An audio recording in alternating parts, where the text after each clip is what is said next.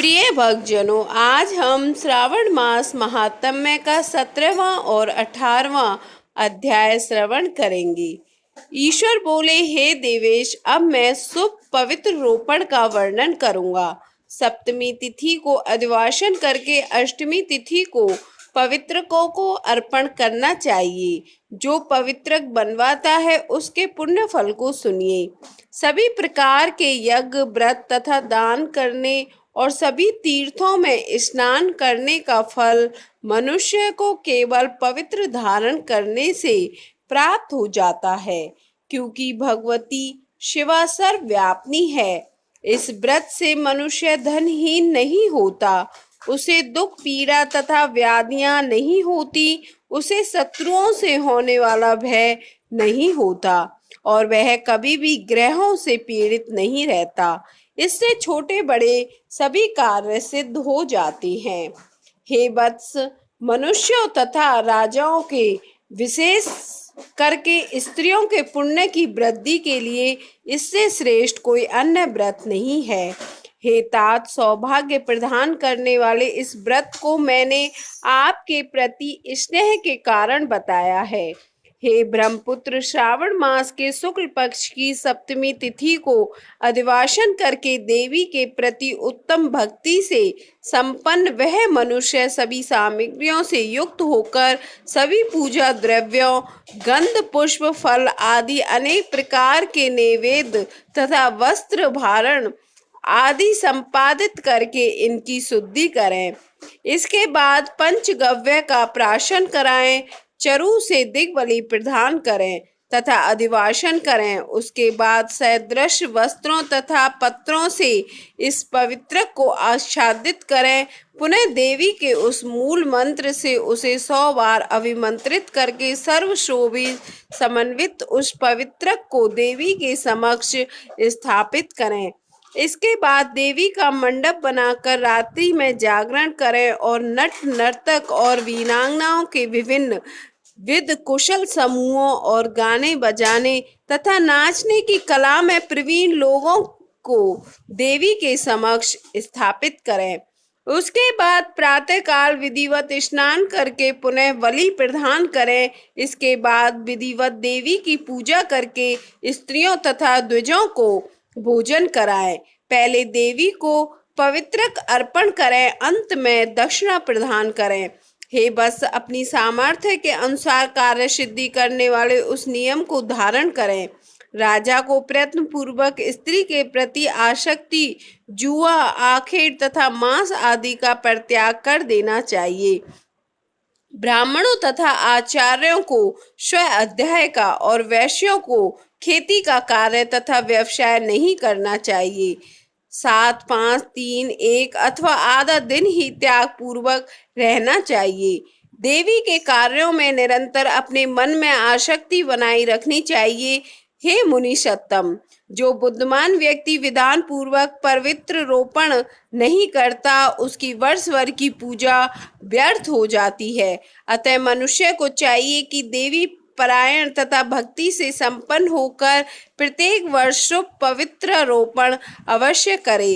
कर्क अथवा सिंह राशि में सूर्य के प्रवेश करने पर शुक्ल पक्ष की अष्टमी तिथि को देवी को पवित्र अर्पित करना चाहिए। हे सनत कुमार, इसके ना करने में दोष होता है, इसे नित्य करना बताया गया है। सनत कुमार बोले, हे देव, हे महादेव, हे स्वामिन, आपने जिस पवित्र का कथन किया वह कैसे बनाया जाना चाहिए, उसकी संपूर्ण विधि मुझे बताएं। ईश्वर बोले, हे सनत कुमार, सुवर्ण, ताम, चांदी, रेशमी वस्त्र से निकाले गए कुश, कास के अथवा ब्राह्मणी के द्वारा काटे गए कपास के सूत्र को तिगुना करके फिर उसका तिगुना करके पवित्रक बनाना चाहिए। उनमें 308 तारों का पवित्रक उत्तम और 270 तारों का पवित्रक माध्यम माना गया है। 180 तारों वाले पवित्रक को कनिष्ठ जानना चाहिए। इसी प्रकार 100 ग्रंथि का पवित्रक उत्तम, 50 ग्रंथि का पवित्रक माध्यम तथा 26 ग्रंथि का सुंदर पवित्रक कनिष्ठ होता है, अथवा 6, 3, 4, 2, 12, 24, 10 अथवा 8 ग्रंथियों वाला पवित्रक बनाना चाहिए, अथवा 108 ग्रंथि का पवित्रक उत्तम, 54 ग्रंथि का माध्यम तथा 27 ग्रंथि का कनिष्ठ होता है। प्रतिमा के घुटने तक का लंबा पवित्रक उत्तम, जंगा तक लंबा पवित्रक माध्यम तथा नाभि पर्यंत पवित्रक अधम कहा जाता है। पवित्रक की सभी शुभ ग्रंथियों को कुमकुम से रंग देना चाहिए। इसके बाद अपने समक्ष शुभ सब सर्वतोभद्र मंडल पर देवी का पूजन करके कलश के ऊपर बांस के पात्र में पवित्रकों को रखें। 3 तार वाले पवित्रक में ब्रह्मा, विष्णु तथा शिव का आवाहन करके स्थापित करें। इसके बाद का सुनिए। 9 तार के पवित्रक में ओमकार, सोम, अग्नि, ब्रह्मा, समस्त नागों, चंद्रमा, सूर्य, शिव तथा विश्व देवों की स्थापना करें। हे सनत कुमार, अब मैं ग्रंथियों में स्थापित किए जाने वाले देवताओं का वर्णन करूंगा। क्रिया, पौरुषी, वीरा, विजया, अपार्जिता, मनोन्मयी, जाया, भद्रा, मुक्ति और ईशा ये देवियां हैं। इनके नामों के पूर्व में प्रणव तथा अंत में नमः लगाकर ग्रंथि संख्या के अनुसार क्रमशः आवाहन करके चंदन आदि से इनकी पूजा करनी चाहिए। इसके बाद प्रणव से अभिमंत्रित करके देवी को धूप अर्पण करना चाहिए। हे सनत कुमार, मैंने आपसे देवी के इस शुभ पवित्र रोपण का वर्णन कर दिया है। इसी प्रकार अन्य देवताओं का भी पवित्रारोपण प्रतिपदा आदि तिथियों में करना चाहिए।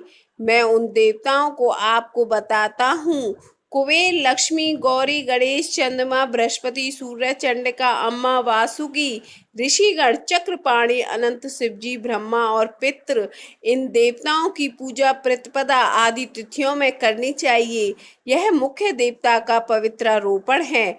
उनके अंग देवता का पवित्रक 3 सूत्रों का होना चाहिए।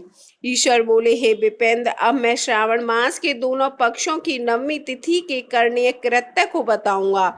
इस दिन कुमारी नामक दुर्गा की यथाविधि पूजा करनी चाहिए। दोनों पक्षों की 9वीं के दिन नक्त व्रत करें और उसमें दुग्ध तथा मधु का आहार ग्रहण करें अथवा उपवास करें। उस दिन कुमारी नामक उन पाप नाशनी दुर्गा चंडिका की चांदी की मूर्ति बनाकर भक्ति पूर्वक सदा उनका अर्चन करें। गंध, चंदन, कनेर के पुष्पों, दशांग, धूप और मोदकों से उनका पूजन करें। उसके बाद कुमारी कन्या स्त्रियों तथा विप्रों को श्रद्धा पूर्वक भोजन कराएं। फिर मौन धारण करके स्वयं बेलपत्र का आहार ग्रहण करें। इस प्रकार जो मनुष्य अत्यंत श्रद्धा के साथ दुर्गा जी की पूजा करता है वह उस परम स्थान को जाता है जहाँ देव बृहस्पति विद्यमान है। हे विधि नंदन, यह मैंने आपसे 9वीं तिथि का कृत्य कह दिया है। यह मनुष्यों के सभी पापों का नाश करने वाला, सभी संपदाएं प्रदान करने वाला, पुत्र पौत्र आदि उत्पन्न करने वाला और अंत में उन्हें उत्तम गति प्रदान करने वाला होता है। सनत कुमार बोले, हे भगवान, हे पार्वतीनाथ, हे भक्तों पर अनुग्रह करने वाले, हे दया सागर, अब आप 10वीं तिथि का महात्म्य बताइए। ईश्वर बोले, हे सनत कुमार, श्रावण मास में शुक्ल पक्ष की 10वीं तिथि से यह व्रत आरंभ करें। पुनः प्रत्येक महीने में शुक्ल पक्ष की 10वीं तिथि को यह व्रत करें। इस प्रकार 12 महीनों में इस उत्तम व्रत को करने के बाद में श्रावण मास में शुक्ल पक्ष की 10वीं तिथि पर इसका उद्यापन करें।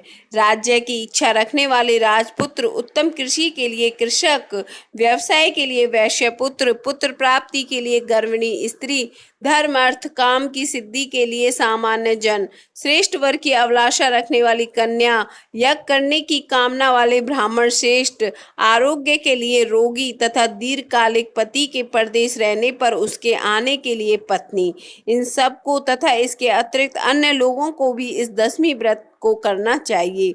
जिस कारण इसे कष्ट हो तब उसके निवारण हेतु उस मनुष्य को यह व्रत करना चाहिए। श्रावण में शुक्ल पक्ष की दशमी के दिन स्नान करके देवता का विधिवत पूजन कर घर के आंगन में दसों दिशाओं में पुष्प पल्लव चंदन से अथवा जौ के आटे से अधिदेवता की शस्त्र वाहन युक्त स्त्री रूपा शक्तियों का अंकन करके नक्त वेला में दसों दिशाओं में उनकी पूजा करनी चाहिए।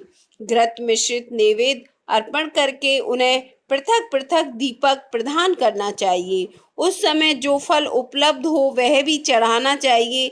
इसके बाद अपने कार्य की सिद्धि के लिए इस प्रकार प्रार्थना करनी चाहिए, हे दिग देवता, मेरी आशाएं पूर्ण हो और मेरे मनोरथ सिद्ध हो। आप लोगों की कृपा से सदा कल्याण हो। इस प्रकार विधिवत पूजन करके ब्राह्मण को दक्षिणा देनी चाहिए।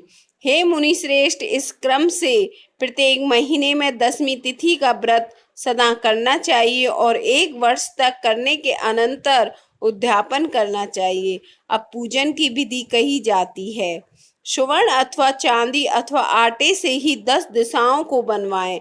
उसके बाद स्नान करके भली भांति वस्त्र आभूषण से अलंकृत होकर बंधु बांधवों के साथ भक्तिपूर्ण मन से दसों देव देवताओं का पूजन करना चाहिए। घर के आंगन में क्रम से इन मंत्रों के द्वारा दिग देवताओं को स्थापित करें। इस भवन के स्वामी और देवताओं तथा दानवों से नमस्कार किए जाने वाले इंद्र आपके ही समीप रहते हैं। आप इंद्रिय नामक दिग देवता को नमस्कार है। हे आशे, अग्नि के साथ परिग्रह होने के कारण आप आग्नेय कही जाती हैं। आप तेज स्वरूप तथा पराशक्ति हैं, अतः मुझे वर देने वाली हो।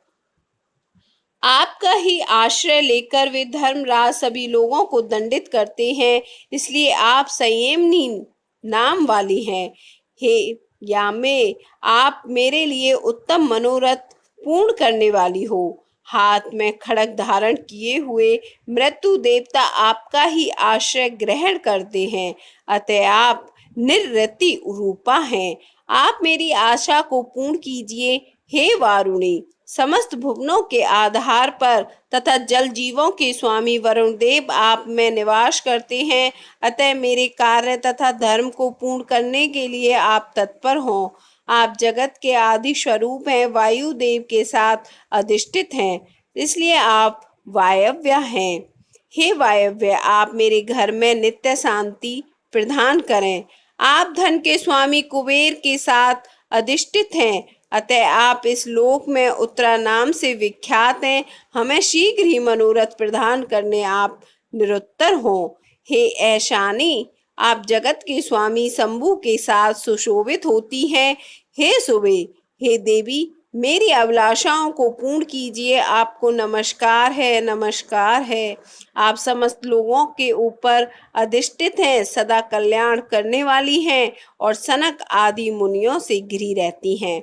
आप सदा मेरी रक्षा करें, रक्षा करें। सभी नक्षत्र, ग्रह, तारागण तथा जो नक्षत्र माता हैं और जो भूत प्रेत विघ्न करने वाले विनायक हैं, उनकी मैंने भक्ति पूर्वक मन से भक्ति पूर्वक पूजा की है। वे सब मेरे अभिष्ट के लिए, सिद्धि के लिए सदा तत्पर हों। नीचे के लोकों में आप सर्पों तथा नेवलों के द्वारा सेवित हैं, अतः नाग पत्नियों सहित आप मेरे ऊपर प्रसन्न हो। इन मंत्रों के द्वारा पुष्प, धूप आदि से पूजन करके वस्त्र, अलंकार तथा फल निवेदित करना चाहिए। इसके बाद वाद्य ध्वनि, गीत, नृत्य आदि मंगल कृत्यों और नाचती हुई श्रेष्ठ स्त्रियों के सहित जागरण करके रात्रि व्यतीत करनी चाहिए। कुमकुम, अक्षत, तांबूल, दान, मान आदि के द्वारा भक्तिपूर्ण मन से उस रात्रि को सुखपूर्वक व्यतीत करके प्रातःकाल प्रतिमाओं की पूजा करके ब्राह्मण को प्रदान करना चाहिए। इस विधि से व्रत को करके क्षमा प्रार्थना तथा प्रणाम करके मित्रों तथा प्रिय बंधुजनों को साथ लेकर भोजन करना चाहिए। हे तात, जो मनुष्य इस विधि से आदर पूर्वक दशमी व्रत करता है वह सभी मनोवांछित फल प्राप्त करता है। विशेष रूप से स्त्रियों को इस सनातन व्रत को करना चाहिए, क्योंकि मनुष्य जाति में स्त्रियां अधिक श्रद्धा कामना परायण होती हैं। हे मुनि श्रेष्ठ, धन प्रदान करने वाले, यश देने वाले, आयु बढ़ाने वाले तथा सभी मनोकामनाओं का फल प्रदान करने वाले इस व्रत को मैंने आपसे कह दिया है। तीनों लोकों में अन्य कोई भी व्रत इसके समान नहीं है। हे ब्रह्मपुत्रों में श्रेष्ठ, वांछित फल की कामना करने वाले जो मनुष्य 10वीं तिथि को 10 दिशाओं की सदा पूजा करते हैं, उनके हृदय में स्थित सभी बड़ी बड़ी कामनाओं को वे दिशाएं फलीभूत कर देती हैं। इससे अधिक कहने से क्या प्रयोजन। हे सनत कुमार, यह व्रत मोक्षदायक है, इसमें कोई संदेह नहीं है। इस व्रत के समान ना कोई व्रत है और ना तो होगा। 18वां अध्याय संपन्न।